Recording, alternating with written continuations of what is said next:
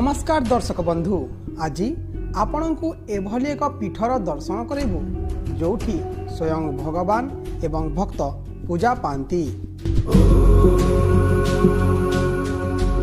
बरगड़ सदर महकुमा 18 किलोमीटर दूर में अवस्थित पश्चिम ओडिशार श्रीक्षेत्र भटली।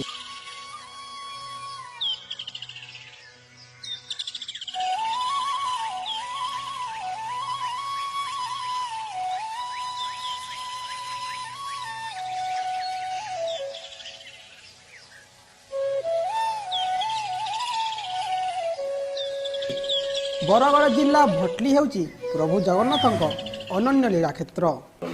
पुरी श्रीक्षेत्र रे चतुर्धा मूर्ति पूजा पाउथिबा बेले भटली श्रीक्षेत्र रे जगन्नाथंकर दधिबामन मूर्ति पूजा पाउछि।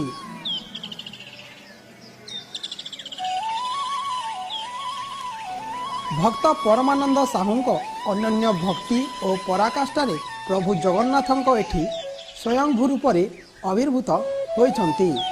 जगन्नाथंक मूर्ति उपासना रे काष्ठ विग्रह सर्वत्र परिलक्षित हेउथिबा बेले भटली क्षेत्र रे महाप्रभुंकर मणि विग्रह पूजा पाउछंती।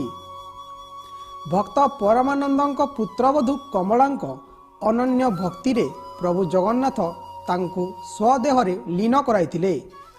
बैशाखर मध्याह्न खरारे मंदिर पोड़ीवार भ्रम सृष्टि करी कमलांकु विग्रह उद्धार करिबा बहाना रे तांकु निज सहित एकाकार करी साजुज्य मुक्ति प्रदान करथिले। कमलांक अवर्तमान रे ससुर परमानंद को स्वप्नादेश देई चक्र पुष्करिणी रे प्रभु स्वयं आविर्भूत होइथिले। चक्र पुष्करिणी रे आविर्भाव स्थली एबे भी प्रभुंक चरण पादुका चिन्ह रे उद्भासित हेउची। मो ना हूँ गौरचंद्र पंडित गौरचंद्र रथ दधिबामन मंदिर मुख्य पूजक। आमर यही भटली आमर ओडिशा रे सर्वप्रथम पुरी रे प्रभु कलिजुग रे जगन्नाथ रूप रे आविर्भाव हेले एवं पश्चिम ओडिशा रे सेही जगन्नाथ दधिबामन रूप रे पुणी आविर्भाव हेले। ये दुईटा पीठ होउची मुख्य स्वयं लीला क्षेत्र ओडिशार। ये पीठ होउची भक्त भगवान अलौकिक शाश्वत लीला पीठ जेंठी की भगवान भक्त को गंभीरा भितरे जो गंभीरा भितरे भगवान विराजमान करिसंती सही गंभीरा भितरे सही भक्त को निजर डाहण पाखरे रखी अद्यावधि एठी पूजा पाई भक्त भगवान अभिन्न प्रमाण करिसंती एवं तांकर सही भक्त सहित से अनर्गल लीला करी चलीछंती। मु सुद्रुमा पंडा स्वयं दधिबामन चक्रबंधरु आविर्भूत आउ भक्त परमानंद जे थिले तांकर परम भक्त परम सेवक तांको स्वप्नादेश हेतिला जेतेबेले तांको बोधू कमला पड़ी जाइतिले महाप्रभुंकर लीलार अंश विशेष हेकिरी प्रभु स्वप्नादेश देइतिले। मु चक्रबंधर से जो साहाड़ा घाट अच्छी साहाड़ा घाट रे आविर्भाव होइछि। आउ मु दारु ब्रह्म नुहे मु स्वयं ब्रह्म होइकि मु परम पूर्ण ब्रह्म होइकि आविर्भाव होइछि। आउ मते तुमे पूजा करो। पुष्करिणी रु आविर्भाव हेला दिनठू प्रभु भटली रे दधिबामन रूपे भक्त शिरोमणि कमलांकु सतीहारी भाव रे साथी रे धरी भक्त भगवान लीला जारी रखिचंती। एही पीठर नियारा परंपरा है जे प्रभु एठी दधिबामन रूप रे बालभोग संतुष्ट होई बात्सल्य लीला प्रदर्शन करुचंती।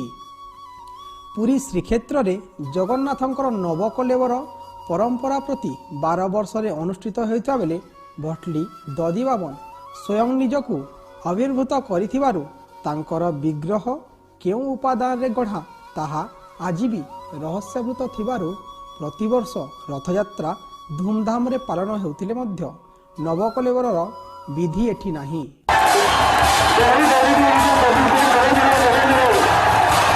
पश्चिम ओडिशा तथा छत्तीसगढ़ भक्त मानक आस्था एवं विश्वास केंद्र दधिबामन पीठ सबुदिने लोकंकु आकर्षित करुछि।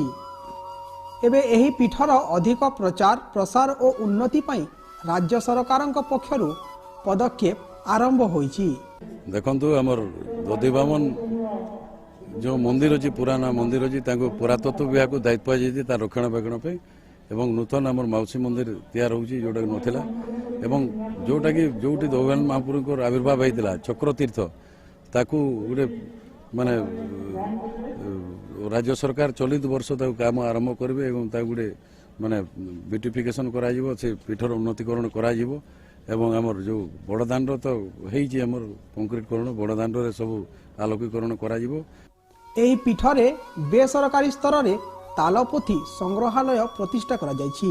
ବିଲୁପ୍ତ ପ୍ରାୟ ତାଳପୋଥିର ସଂଗ୍ରହ ଓ ସଂରକ୍ଷଣର ଏହି ଉଦ୍ୟମକୁ ଅଧିକ ପ୍ରୋତ୍ସାହନ ମିଳିଲେ ଆଗାମୀ ପିଢ଼ି ପାଇଁ ଏହା ଏକ ଗବେଷଣା କ୍ଷେତ୍ର ପ୍ରସ୍ତୁତ କରିବ। ଦଧିବାମନ ମୁକ୍ତି ମଣ୍ଡପର ଗ୍ରନ୍ଥାଳୟରେ ରହିଛି ତାଳପତ୍ର ପୋଥି ସଂଗ୍ରହାଳୟ। ଆମେ ଏହି ଅଞ୍ଚଳରେ ଅଜସ୍ର ତାଳପୋଥି ଗ୍ରନ୍ଥ ରହିଛି କିନ୍ତୁ ସବୁ ନଷ୍ଟ ହେବାର ଉପରେ ଯାଉଛି। ଏଥିପାଇଁ ଏଠି ଗୋଟେ ତାଳପତ୍ର ପୋଥି ସଂଗ୍ରହାଳୟ କରାଯାଇଛି ଆଉ ସେ ସଂଗ୍ରହାଳୟରେ ଲୋକେ ସଂଗ୍ରହାଳୟକୁ ତାଳପତ୍ର ପୋଥିମାନ ଦାନ କରନ୍ତି। ଆମେ କଲେଜରୁ ପିଲାମାନଙ୍କୁ ଡାକିକରି କିମ୍ବା ଆମର ଆଉ ଅନ୍ୟାନ୍ୟ ଇଣ୍ଟରେଷ୍ଟ ଭକ୍ତମାନଙ୍କୁ ଡାକିକରି ଆମେ ତାକୁ ଔଷଧ ଦ୍ୱାରା ତାଳପତ୍ର କେମିତି ସଂଗୃହୀତ ରହିପାରିବ ଆମେ ତାକୁ ସଫା କରି ଆମେ ରଖୁଛୁ ସଂଗ୍ରହ କରି। ପଶ୍ଚିମ ଓଡ଼ିଶାର ଶ୍ରୀକ୍ଷେତ୍ର ଭଟଲି ଭକ୍ତ ଜନମାନସରେ ବେଶ ପ୍ରସିଦ୍ଧି ଲାଭ କରିଥିଲେ ମଧ୍ୟ ଏବେ ବି ଅଧିକ ପ୍ରଚାର ପ୍ରସାର ଓ ଉନ୍ନତିର ଅପେକ୍ଷା ରଖୁଛି। ରାଜ୍ୟ ସରକାର ଏବେ ସବୁ ଅଞ୍ଚଳର ଅସ୍ମିତାର ପ୍ରତୀକ ପୀଠସ୍ଥଳୀ ଗୁଡ଼ିକୁ ଅଗ୍ରାଧିକାର ଭିତ୍ତିରେ ଉନ୍ନତିକରଣ ପାଇଁ ଯୋଜନା କରୁଥିବା ବେଳେ ଭଟଲି ଶ୍ରୀକ୍ଷେତ୍ର ମଧ୍ୟ ଅଧିକ ଉନ୍ନତିର ଆଶା ରାଜ୍ୟ ସରକାରଙ୍କ ଠାରୁ ରଖୁଛି।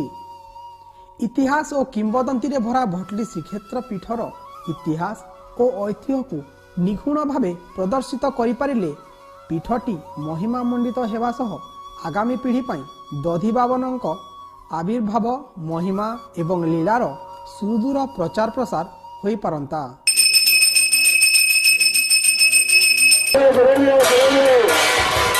Dadhibaman